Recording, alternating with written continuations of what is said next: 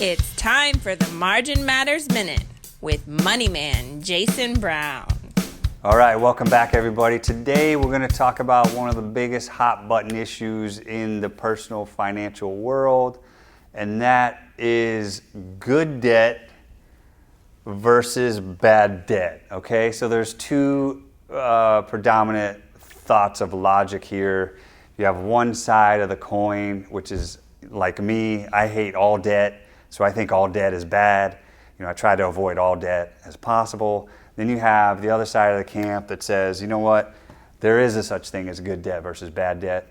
And these are some of the examples that they would cite to you as good debt. Mortgage, buying a house, something that appreciates in value is considered a good debt. Maybe a home equity line, people will get that to, use to do renovations on their house or something like that that would hopefully increase the value.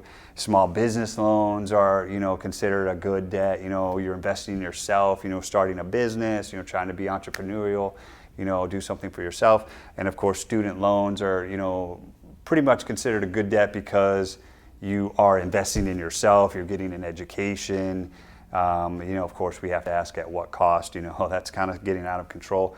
But the bad, these are, I think we'll all agree that these are all bad debts. A car loan, why is a car loan bad? Well, cars terribly depreciate in value. You're losing money on a car. Any type of personal loan, if you're getting a loan to go on a vacation, that's probably not a good idea. Or, to do something frivolous like, buy clothes, whatever, you don't want to do that.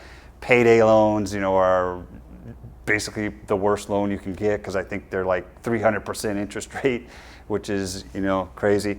And of course, any type of credit card, consumer credit, you're going to be paying probably 20 to 25%, on some credit cards for interest rates, which is very, very difficult for people to pay back. So for me, I understand that in the society that we live in, and most people can't save up $300,000 cash to buy a house, or $30,000 to buy a car or whatever. So for our large purchases, we're pretty much forced to take out loans for a house or a car, or student loans for an education. But my advice to you is to try to minimize those loans the best you can by saving up as long as you can first to keep those payments down with the debt. So if you're buying a car, maybe you don't need a brand new car for $30,000. Maybe you can get a used car for $15,000. Maybe save up half the money and then do the credit on the other half. You'll be in much better position. This is Jason Brown saying to remember, it's not about how much money you make, but it's the margin that matters most. See you next time.